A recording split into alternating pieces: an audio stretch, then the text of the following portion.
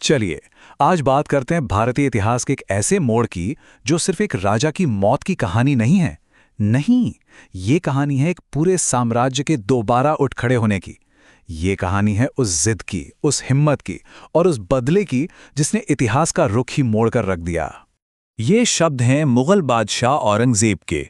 और ये सिर्फ एक बात नहीं थी, इसमें ना मराठों के लिए एक हैरानी छिपी थी। वो सोचता था, आखिर ये मराठे किस मिट्टी के बने हैं। तो चलिए आज इसी सवाल का जवाब ढूंढते हैं कि आखिर क्या थी वो आग जो मराठों के अंदर जल रही थी। तो इस पूरी कहानी की शुरुआत होती है एक ऐसी क्रूरता से जिसने पूरे मराठा साम्राज्य को हिलाकर रख दिया था। और वो था उनके राजा छत्रपति संभाजी महाराज की बेरहमी से हत्या। और ये कोई आम मौत नहीं थी। सोचिए, पूरे 40 दिनों तक उन्हें तड़पाया गया और फिर उनकी हत्या कर दी गई। औरंगजेब का मकसद बिल्कुल साफ था, उसे सिर्फ राजा को नहीं मारना था, वो मराठों की हिम्मत को, उनके जज्बे को कुचल देना चाहता था। लेकिन हुआ क्या? औरंगजेब का ये दांव उसी पर उल्टा पड़ गया। मराठों का हौसला टूटने की जगह जानते हैं क्या हुआ? वो और भी मजबूत हो गया। जो सरदार कल तक आपस में लड़ रहे थे ना, वो सब अब एक साथ आ खड़े हुए और सबका मकसद सिर्फ एक था, बदला।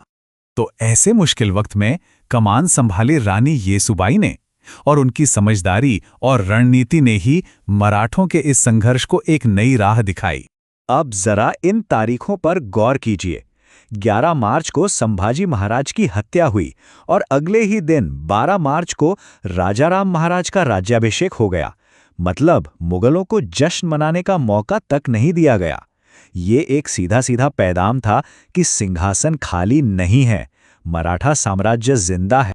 और जब मुगल सेना राजधानी रायगढ़ की तरफ बढ़ रही थी, तब रानी येसुबाई ने एक बहुत ही बड़ा और समझदारी भरा फैसला लिया। उन्होंने अपनी वॉर काउंसिल को हुक्म दिया कि सब फौरन अलग अलग हो जाएं।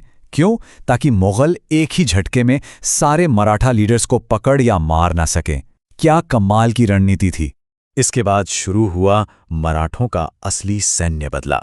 और इसकी कमान थी दो ऐसे जबरदस्त कमांडरों के हाथ में जिनका नाम सुनते ही दुश्मन कांप जाते थे, संताजी घोरपड़े और धनाजी जाधव। अब जरा देखिए, लड़ाई बिल्कुल बराबरी की नहीं थी। एक तरफ थे सिर्फ 2000 मराठा योद्धा और दूसरी तरफ औरंगजेब की लाखों की फौज का कैंप।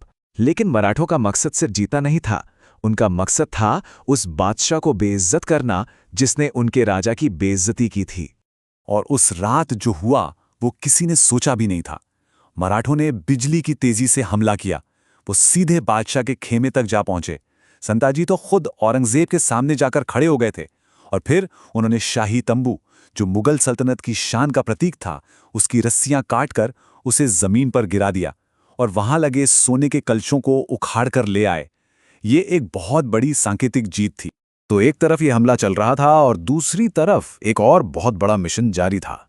नए राजा राजाराम महाराज को दुश्मन के इलाके से निकालकर एक महफूज जगह पहुंचाना। और ये कोई छोटा मोटा सफर नहीं था, पूरे 1200 किलोमीटर का सफर, वो भी दुश्मन के इलाके के बीच से। राजाराम महाराज और उनके साथियों ने मुगलों को धोखा देने के लिए क्या क्या नहीं किया। कभी भेष बदला, कभी ऐसे रास्तों से गए जिनका कोई अंदाजा भी नहीं लगा सकता था। लेकिन फिर एक पल ऐसा आया जब लगा कि सब कुछ खत्म हो गया। एक मुगल जनरल अब्दुल्ला खान ने जाल बिछाया और मराठों के एक दल को घेर कर पकड़ लिया। अब सवाल यह था, क्या राजा पकड़े गए? लेकिन नहीं, वो तो एक धोखा था, एक छलावा। जिस ग्रुप को पकड़ा गया था वो तो सिर्फ मुगलों का ध्यान भटकाने के लिए था। असली राजा तो तब तक मीलों दूर सुरक्षित निकल चुके थे। एक बार फिर मराठों ने अपनी चालाकी और बहादुरी से मुगल सल्तनत को मात दे दी। और आखिरकार 35 दिन की इस मुश्किल यात्रा के बाद राजाराम महाराज दक्षिण में जिंजी के मजबूत किले तक पहुंचने में कामयाब रहे। अब जिंजी मराठाओं के संघर्ष का नया सेंटर बन गया था, एक नई उम्मीद की किरण। राजा सुरक्षित थे, लेकिन बदला अभी अधूरा था। अब कहानी पहुंचती है अपने आखिरी पड़ाव पर, उस एक शख्स से बदला लेना जो संभाजी महाराज को पकड़वाने का सीधा सीधा जिम्मेदार था। और उस शख्स का नाम था मुकर्रम खान, वही मुगल कमांडर जिसने धोखे से संभाजी महाराज को पकड़ा था। औरंगजेब ने तो उसे इनाम में सूबेदारी दे दी थी, लेकिन मराठों की नजर में वो बदले की लिस्ट में सबसे ऊपर था। और जब संताजी घोरपड़े का सामना मुकर्रम खान से हुआ तो उन्होंने ये बात कही। ये साफ था कि ये सिर्फ एक लड़ाई नहीं थी, ये इज्जत और निजी बदले की जंग थी। तो जिंजी के पास जब लड़ाई छिड़ी तो संताजी ने पूरे मैदान में सिर्फ मुकर्रम खां को ढूंढा। उनका निशाना पक्का था, अपने राजा के गुनहगार से हिसाब चुकता करना। और जब मुकर्रम खान जख्मी होकर भाग रहा था तब संताजी ने उससे ये आखिरी बात कही। मतलब साफ था, ये सिर्फ जान लेना नहीं था, ये उस दर्द का हिसाब था जो 40 दिनों तक उनके राजा को दिया गया था। ये था इंसाफ। और हुआ भी वही। मुकर्रम खान अपने जख्मों से मर गया और इसी के साथ छत्रपति संभाजी महाराज की शहादत का बदला पूरा हुआ।